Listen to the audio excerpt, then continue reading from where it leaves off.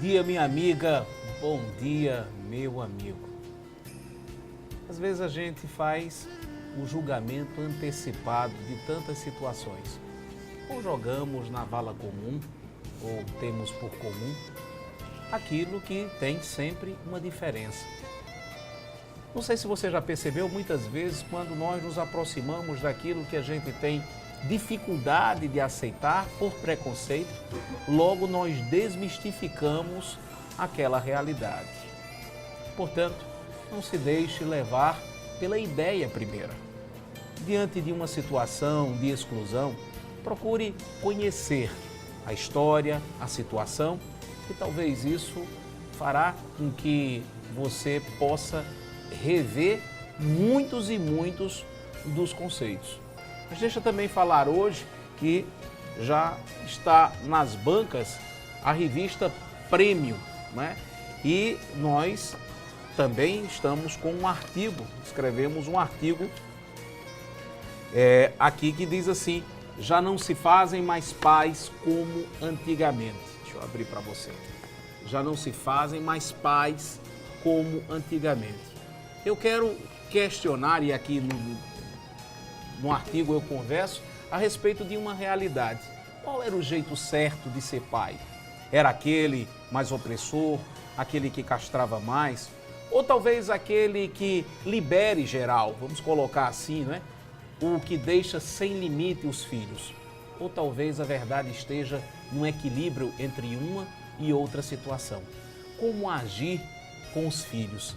Essa é a discussão, esse é o objeto, né? Aquilo que a gente conversa, a gente fala, a gente escreve nesse artigo. Bom dia, Rosângela. Bom dia, Fabiano. Bom dia a você que nos acompanha. Para participar do Despertar é fácil. Você escreve despertar@tvcorreio.com.br.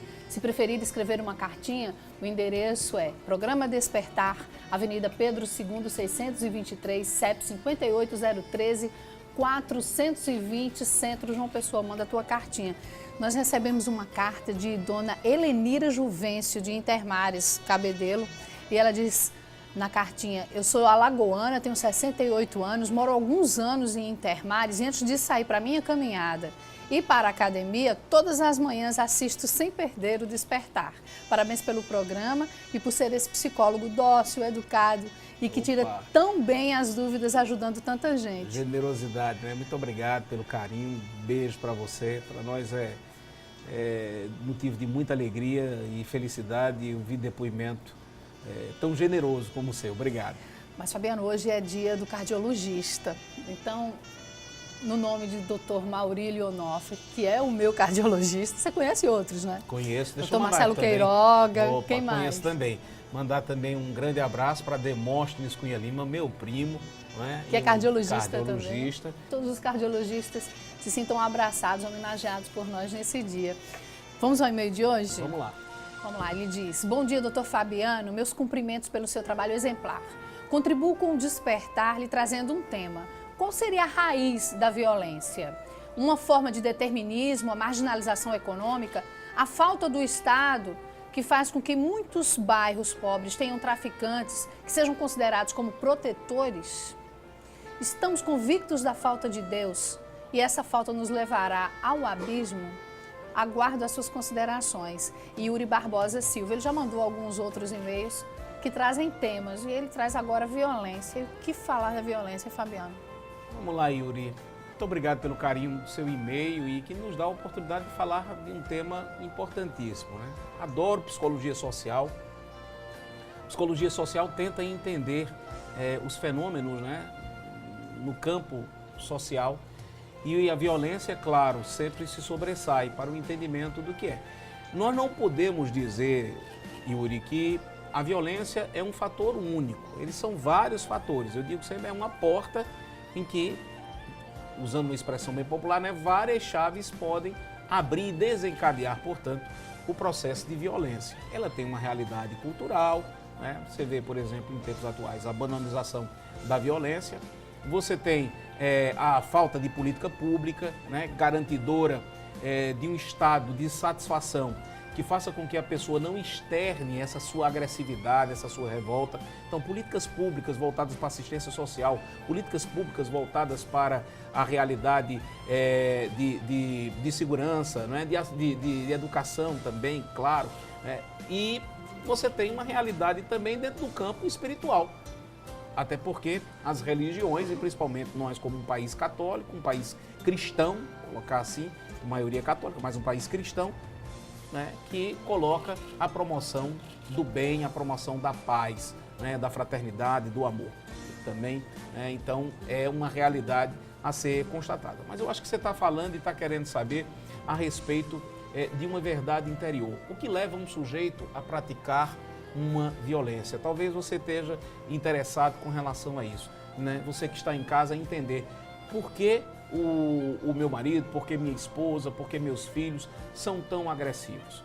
Como é que a gente faz para entender essa realidade? É claro que você tem uma realidade e pode ter também a influência de uma situação transgeracional. O que é que significa isso? O aprendizado, muitas vezes, em determinado instante da vida, em determinado ambiente, que é repetido mais na frente num outro ambiente.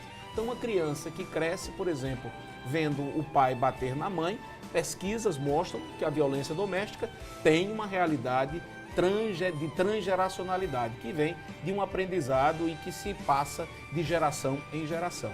Mas como entender uma pessoa que vive um grau de explosão ou que desconsidera a regra, o limite, né, daquilo que é aceitável socialmente, diante de uma inconformação, diante de uma revolta, por várias situações, essa pessoa externa o ódio, externa a agressividade a partir de atitudes direcionadas a outros objetos, que são outras pessoas. Então entenda só, quando uma pessoa, por exemplo, não está bem e chega muitas vezes em casa irritado do seu trabalho, diante do que vivenciou, ele extravasa aquela energia que traz, muitas vezes de um jeito grosseiro, de um jeito até violento, sem que tenha um controle, um domínio das próprias emoções. Nesse sentido, há uma confusão.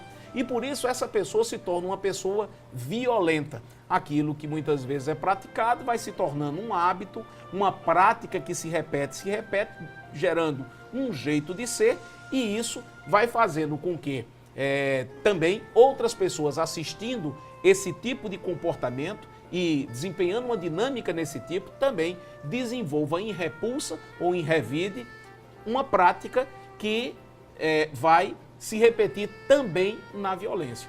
Então a violência, ela traz uma realidade de insatisfação, de inconformação, sem que se tenha um filtro, sem que se tenha um domínio de uma energia que a pessoa traz. E por isso mesmo ela extravasa num jeito agressivo de ser com as outras pessoas. Mas isso eu estou falando no campo pessoal, né?